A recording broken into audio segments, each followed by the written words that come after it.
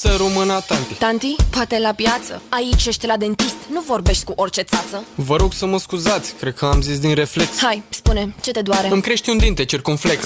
Pare complicat, nu știu dacă mă descurc. Dar îmi chem o colegă să te pună ea la punct. Pe oricine o chema să nu fie ea brunetă, să n-aibă tatuaje și să zică Da, bulemo!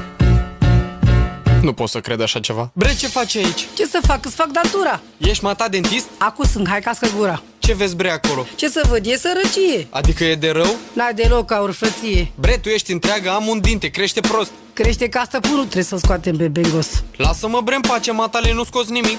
Te nu stai cu minte, te înțep, atât îți zic. Bre, te rog frumos, ai mata milă de mine. Stai liniștit, nepoate. Vrei să-ți spun un secret? Eu pentru extracții sunt ca Bruce Lee în concert. Bre, Bruce Lee nu cânta! Așto muy că da to kek te exales Maradona. Muy pari.